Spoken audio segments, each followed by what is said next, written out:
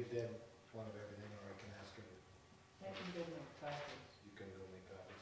for myself. Which one are you looking at? later. The email? Yeah. Right. Thank you so much. Okay, the one you're looking at now is Dear Virginia. Based on the previous emails,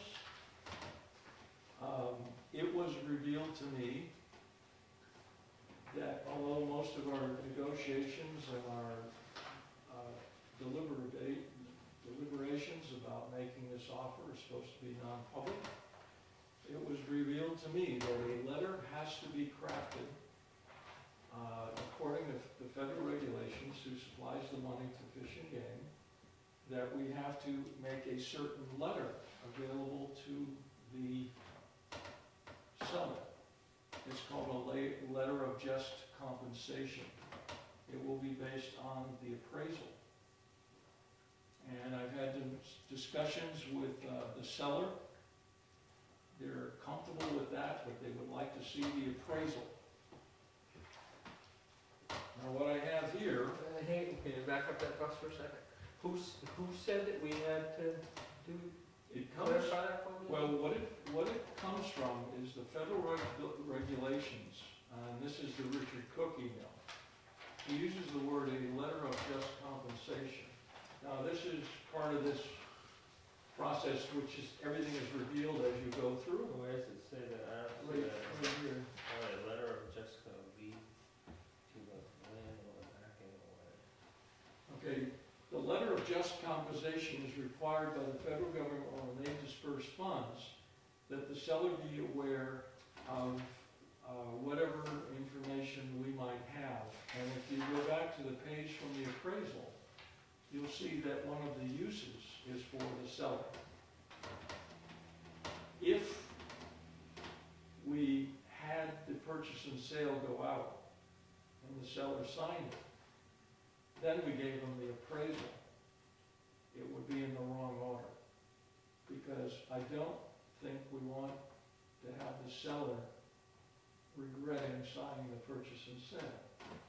So there's sort of a full disclosure aspect to this transaction. And what I have is I've copied a copy of the appraisal. And I've discussed this with the seller. And they asked me about it when I was in Florida. And I said, I'm new at this, first time through, I'm not sure, but I think it's supposed to be just for us. But if you look right in the body of the appraisal, it doesn't say it's a secret, it's just for us. And this is why Fish and Game has a copy of it, LCHIP has a copy of it. And we, in my opinion, I think that we need to provide the seller with a copy of that. And I think they're going to be fine with it, but if they're not, I'd rather we find that out right now and not go forward. Agreed. Would it be in her interest, the seller's interest, to get the yellow appraisal? I talked to Marcia Bishi immediately after we had the meeting last week. And her timeline is that she is in this pre-tax, somehow people want everything appraised before April 15th, for some reason. She is flat out busy and couldn't start until April and couldn't get it until May. It has to be done before they'll disperse the funds. So we can't have a closing until we get the survey, several other things which I think I can do, and the appraisal. So the appraisal is a April project. So perhaps we can submit the first appraisal to the seller with a note saying there's a necessary yellow book appraisal in the works, and maybe you want to wait for your decision until that yellow book appraisal is been issued. We're not looking for a decision, all we're looking for them is to have it. Is the what? Is to have the appraisal, we're not not looking Well, for a we- decision. Appraisal's gotta help. We've already got a decision from them, they've already made a commitment. Yeah, they- There's no purchase and sale sign. No, I agree, but we're not looking for a decision. Okay, because of this appraisal, we're not asking them now, do you still agree to the price? No, I'm just, yeah. the I appraisal. just have to disclose it, I mean, Right. Yeah. Yeah.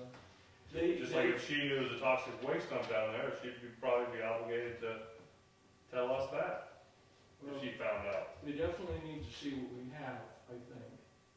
And they know that the Yellow Book appraisal will not be done. And I actually discussed this with, there's a family member acting as an attorney for the seller. And I talked with him on the phone, and I kind of laid it out for him. And he's okay with it, he knows about the Yellow Book, he knows it won't be done until way late. But they'll be happy to look at this one, and I believe they'll sign the purchase and sale. But, you know, in my letter, it says, read this first. Sure. No, I like the wording. Who's Ray? Ray is the family member Acting as the acting as the attorney. And he's, you know, he's an attorney. He's the son-in-law of this elderly lady, and he's the one I met with her at the Comeau. Yeah. So he talked to me on the phone, and I copied him on all the emails, and he will be essentially reviewing everything and advising her. So he's okay with this, but he did ask to see the appraisal, and I said, well, I'll put it before the board, and we'll see what we can do. What I've done is, I've created that letter, and I've copied the appraisal, and I also have the purchase and sale agreement. Now, we're going back to the beginning. The questions I had with the town attorney were that do we specifically have to put the amount of money of the grants, or can we just say the grants? Now, I have two copies, two clean copies. One is omitted what I crossed off on the purchase and sale, page 4, page 5. Okay, so what I want to do is I want the board to consider, is the letter okay? You see the whole process this has gone through since our last meeting. Is the letter okay to Virginia? Is the purchase and sale agreement okay? That's what I need to know. Can I send it tomorrow morning? Or not? Do we want to change anything? Or is it okay? Just in removing. Should you send the appraisal first and maybe wait a day or two and then send the purchase and Well- sale? Then there's no question as to the order in which it was. Well, if I send them in the same envelope, I'll know if they got one, they got both. And the letter says, read the appraisal before you sign. I'm just, So, well, it's a good point. You know, I mean, you have a point, and I that's. mean, you could send out the appraisal tomorrow by certified mail, and then send the purchase and sale by certified mail 2 or 3 days afterwards. Well, I have them all set to mail right now, and I was just gonna put them in one envelope and mail them tomorrow. Okay, I think the point is that they get the purchase and sale, Well, just so that there's no question that they got the appraisal first and. you have to think, if somebody looks back at this in 3 months, and we've spent money on a survey, the letter is there, and it says, here is the appraisal, and read it before you sign. And what I'm trying to do is cover the town and the board from any reproach, because the last thing I want to do is be accused of taking advantage of an elderly lady. The very last thing I want to be accused of. So I think, we want to be kind of full disclosure, and the indications I have is that this will all go through fine. Everyone will be okay with this. my question, the numbers that are crossed out, just say which you're taking out of the purchase and sales. The copy I have 2 copies, and One with, one without. one with and one without. If we take them out, and just say one number comes in, one of our things is $1 less, then we don't have anything to fall back on because we got the money. Is that correct? It takes that. Yeah, the idea would be that if one of them came in, say, $1,000 or $5,000 less, it wouldn't give us a quick exit. And I guess my feeling is that the agreement we have going would be worth pursuing. And honestly, I've got no guarantee from Fish and Game that they'd give us the amount they said they would sitting here. If they were gonna give us nothing, we have an out, because we wouldn't have the money to go through with the deal. Right.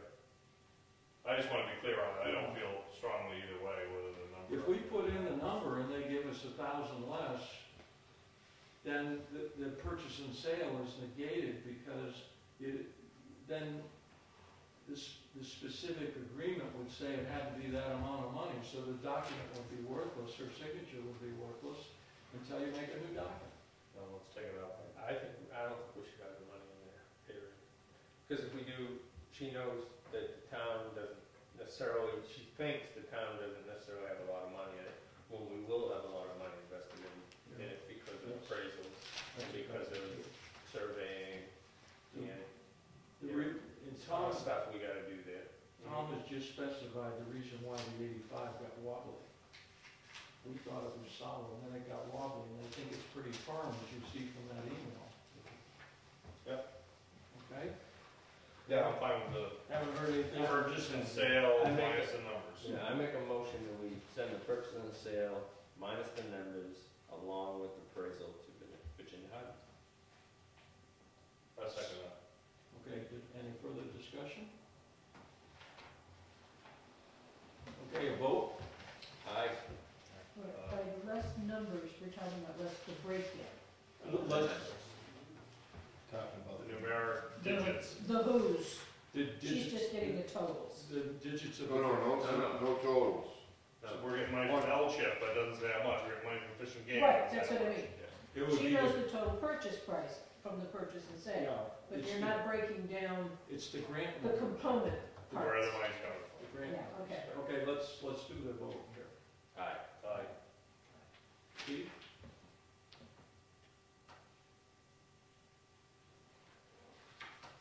Nay. Okay. I will vote aye, so it's 4-1. We respect your decision. All right, so this is a motion to send the purchase and sale less the breakdown along with the appraisal. It's really the grant numbers. Tom said numbers, I mean, there are numbers, it's the grant numbers. Grant numbers. But you're including the appraisal at the same time. Yes. Okay, good. Now, Who offered the second? they did. Okay, now, we got all that done. The next thing here is, we don't get the money until it's glazed. How many times we gotta go over that? How many times we do that? We need a survey. No, we actually need a survey with the line blazed. It's about, and I've been up there, and I didn't walk the entire line, but there is a terrific barbed wire fence, and then it melts into a stone wall. We don't have to worry about the property line on the water side. It's just that.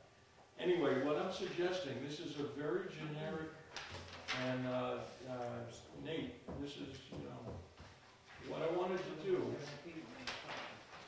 was start to give to the paper a generic notice of a bid. I don't want to be specific because I don't know the specifics. But we need to get this in. It's going to take like almost 2 weeks to get it in the paper. So that'll be February. A bid package will be prepared in the meantime, and we'll have another meeting.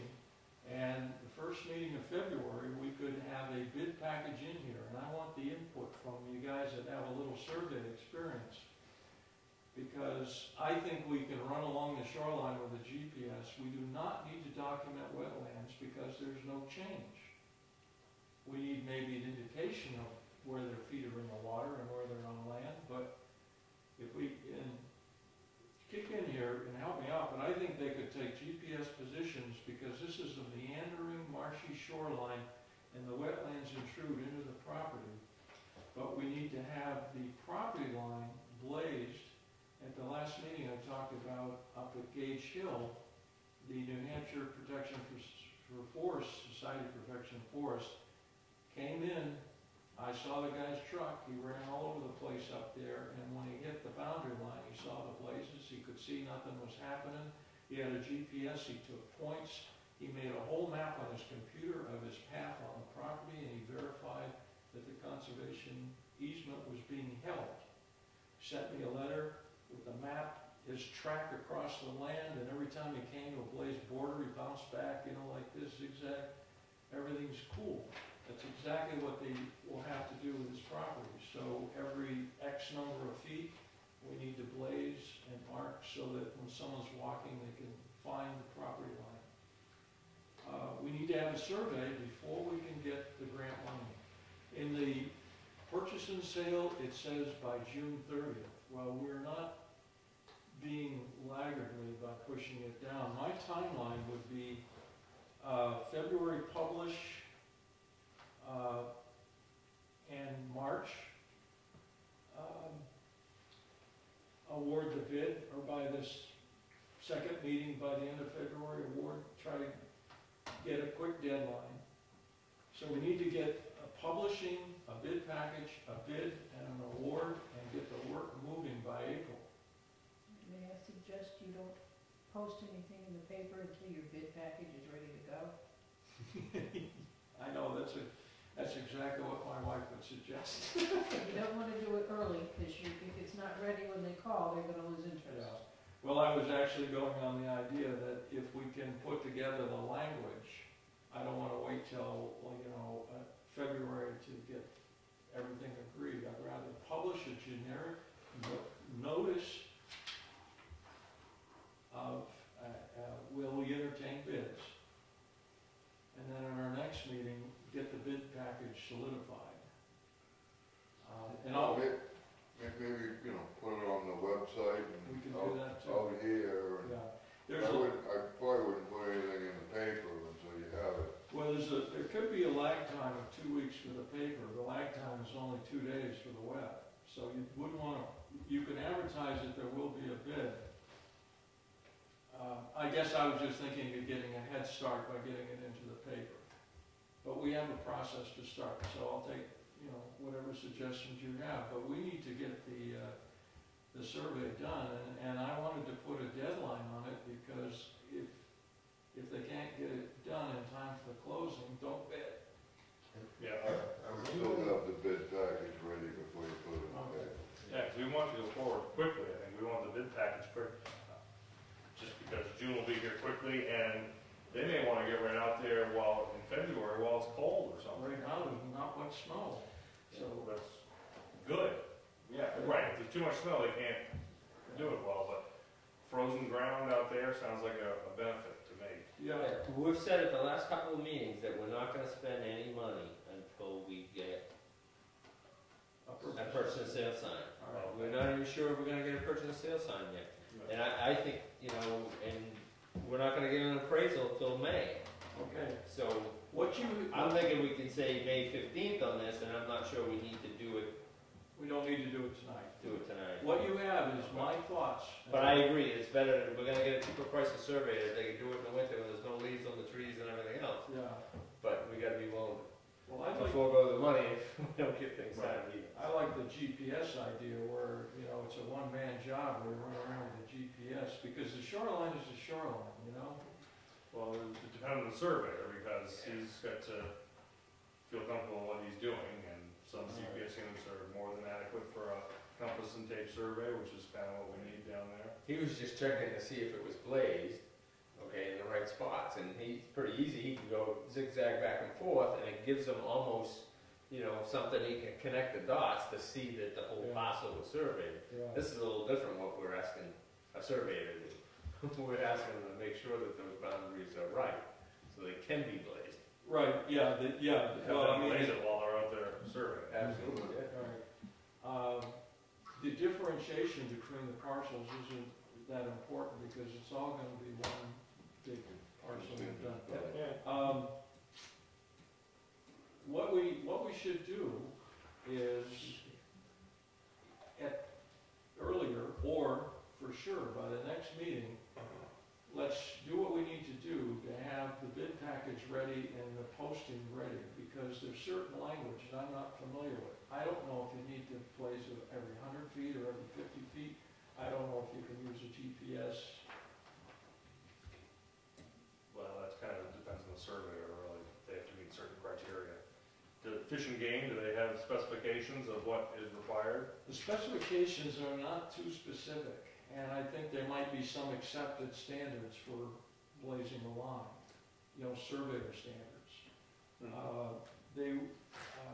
I've done some research there. Maybe what we need to do is. So blazing the line's the easy part, it's knowing what line to blaze is the expensive part. If we hire a surveyor, wouldn't it be their obligation at that point to contact the Fish and Game and say, what is your criteria? Well, one of the things you're paying for. One of the specifications could be that they produce a survey acceptable to Fish and Game and LCHIP. There you go. And then, if it's not, we tell them the job isn't finished.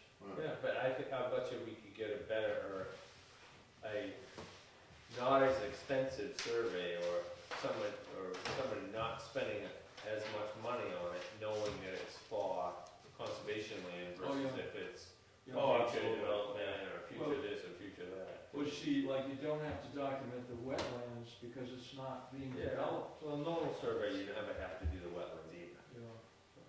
Survey, boundary line survey, it's just boundary line. Right. That's all we're looking for, is boundary line survey. Well, what I need, and I know you have experience and you do with the survey business, what I need to do is we need to get together and come up with the language for the posting and then the bid package.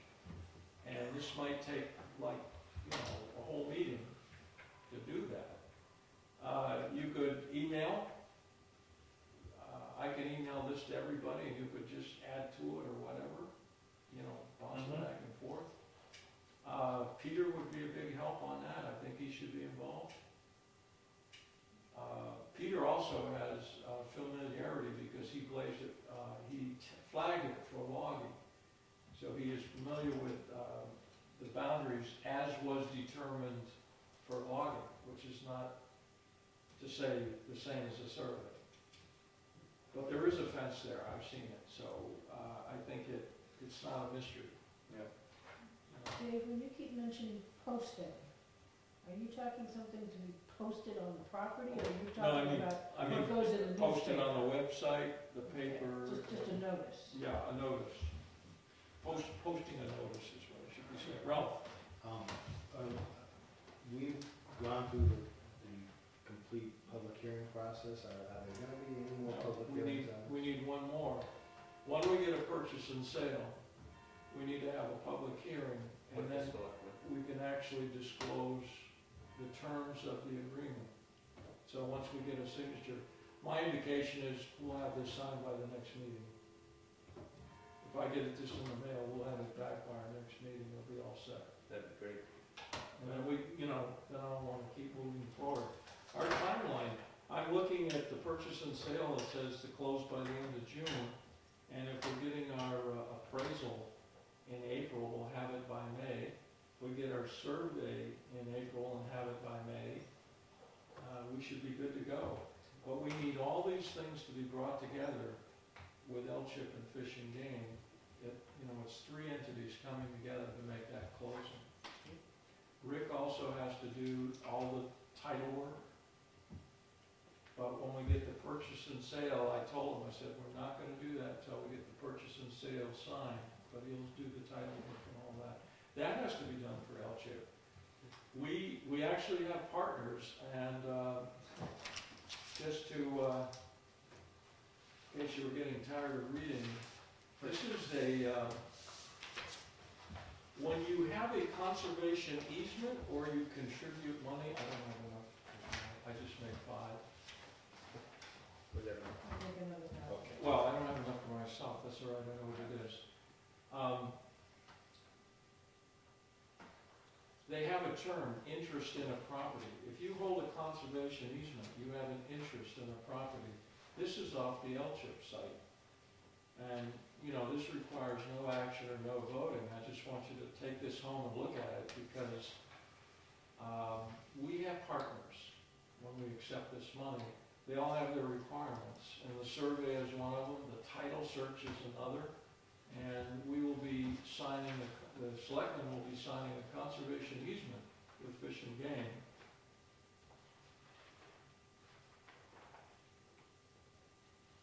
And, you know, I don't expect you to absorb or comment on this, take it home and look at it, but just basically, it's a whole lot of legal words that basically outline. In a nutshell, if some town road agent decides there's some good gravel out there in 10 years and goes out and starts mining the gravel, we're gonna get sued by LGIP because they will have an interest in the property, and then we'll get sued by Fish and Game. When you take that money and you give them an easement, they're serious. It means what, you know, what the easement means. So, Rick, you know, I will email this off to Rick, and, you know, and once we get that purchase and sale, I'm gonna throw all this stuff onto him and let him cruise through it. Before the selectmen sign this purchase and sale agreement, I think they're gonna sit down with the town attorney and say, what are we getting into? And he's gonna tell them, you got partners, and don't think you're gonna take this money and then go out and mine the gravel or something. It ain't gonna happen. You know, I don't know if any of us here ever thought that that could happen. yeah, but I mean, well, you never know, down the road, you know, there'll be all different people on boards and all different selectmen, and some guy will say, why are we buying gravel when there's this nice town property? The town will own that property, but not really. Not really. We will have an interest in it, and, Oh, we will own it. We just have to go by the rules that are in place of the restrictions that are on it. okay. All right, let's go to something a lot less heavy. It's Camp Kids season again, and this meeting, we said we'd talk about it. I spoke to Teresa, and as it said in our annual report, we have new parents to recruit, new yard sales to have, new fundraising to do, and was it 8 that we sent? Because that's what I put in the town report. I couldn't think of it. It was 7 or 8 that went. Could you check that? Okay, I was right. You had somebody vacillating for quite a while. Yeah, they never know until they get on the bus. Well, the thing is, that's really the parents' responsibility for the yard sales and all that. We have a certain amount of money to provide. We can either pay fully for a couple of kids to go, or spread it around and have the parents pick up the rest of the tab by doing whatever they see Okay. fit. It doesn't fall on our shoulders to All right. run these events. I will volunteer to go to the school, and I'm going to get the school website. They have their own newspaper website, unless someone else wants to. Your son's in high school, right? So you're not connected to Paul's school. My daughter still goes, Huh? My daughter goes. Oh, your daughter's there. All right. Dave's teaching there. Okay, then I'll put it. I'll Yeah. change the suggestion. Someone from the board should go to the Paul School, and the website, the newspaper, all their publications. We need to put out the word that there will be kids going to camp again this summer and generate some interest. The first part is to get some kids to start getting interested in going. Then we find out who their parents are, and then we get the parents involved. And yes. We have a member of the Conservation Commission that sits on the school board, maybe he can implement that. That's right. He doesn't sit here often, but he does. That would be, He's very Pete. familiar with the camping program, too. That would be Pete. What have we done? I mean, Does anyone want to make a motion that Pete does this? Isn't that how it's done? I'll make a motion if he does it. Okay. I think that's why people have to go to meetings. I'll second it.